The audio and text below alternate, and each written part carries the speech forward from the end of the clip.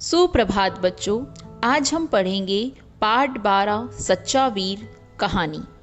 इस कहानी में बताया गया है कि शिवाजी अपने जीवन में नैतिक मूल्यों का पालन करते थे, चाहे वो आम जीवन हो या फिर युद्ध क्षेत्र हो। उन्होंने इस कहानी में नारी को विशेष सम्मान दिया है।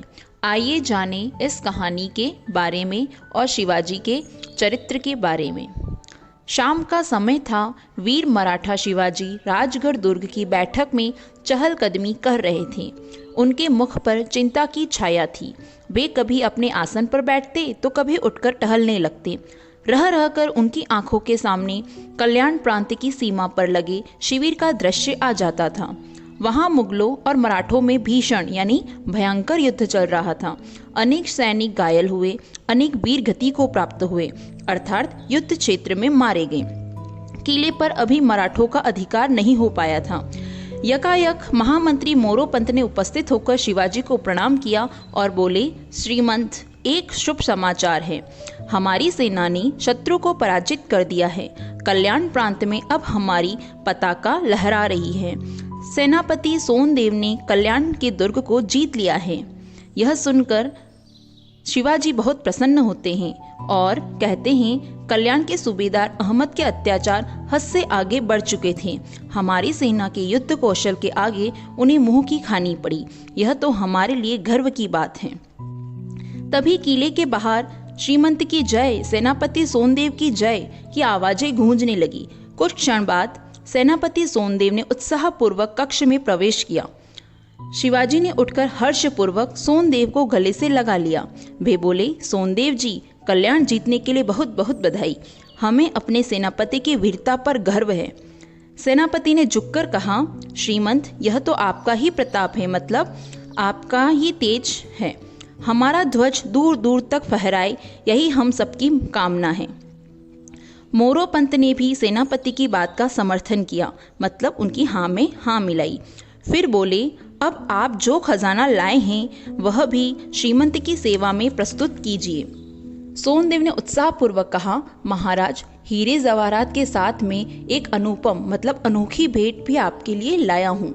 आप उसे देखेंगे तो अवश्य प्रसन्न हो जाएंगे। सोनदेव कक्ष से बाहर गए और तुरंत ही लौट आए। उनके पीछे पीछे चार कहार एक पालकी उठाए भीतर आ गए। उन्होंने पालकी कक्ष में रख दी। सोनदेव ने कहारों को बाहर जाने का इशारा किया। पालकी देख शिवाजी चौंक उठे और बोले, अरे, इस पालकी में क्या है सोनदेव? महाराज, पालकी में सूबेदार अहमद की पुत्रवधू है, जिसकी सुंदरता की चर्चा देश भर में है। मैं इसे ही श्रीमंत के लिए उपहार स्वरूप लाया हूँ। यह कहते हुए सोनदेव ने पालकी का पर्दा हटा दिया। सोनदेव की बात सुनते ही शिवाजी का चेहरा क्रोध से तमतमा उठा, मतलब वो बहुत अधिक क्रोधित हो गए। वे आसन से उठ खड़े हुए और आवेशपूर्वक मतलब गुस्से से बोले, सेनापति, यह कैसी विजय? पर स्त्री का अपमान कर तुमने अपनी विजय के गौरव को धुंधला कर दिया है, अर्थात और हल्का कर दिया है। एक वीर को यह शोभा नहीं देता। शिवाजी के शब्द सुनकर अहमद की पुत्रवधू पालकी से बाहर आकर सकुचाती हुई एक और खड़ी हो गई। शिवाजी ने एक नज़र उसे देखा, फिर नज़र झुकाकर बोले, क्षमा करें, मेरे सेनापति की मूर्खता से आपको आज यह अपमान सहना पड़ा। मैं आपकी सुंदरता की केवल पूजा ही कर सकता हूँ, पर स्त्री मेरे लिए माँ के समान है। सेनापति सोनदेव बेहद लज्जित हुए। शिवाजी बोले, सोनदेव, तुमने इतना बड़ा अपराध किया है जिसे मैं क्षमा नहीं कर सकता। आज तुमने मेरा सिर लज्जा से मतलब शर्म से झुका दिया। सरदार अहमद की पुत्रवधू हमारी भी बेटी ही हैं।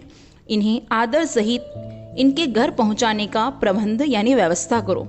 शिवाजी की सम्मान भावना और उदारता देख अहमद की पुत्रवधू की आंखों में आंसू भर आए और उनका सिर श्रद्धा से झुक गया। वह केवल इतना ही बोली, शिवाजी, आप सच्चे वीर हैं।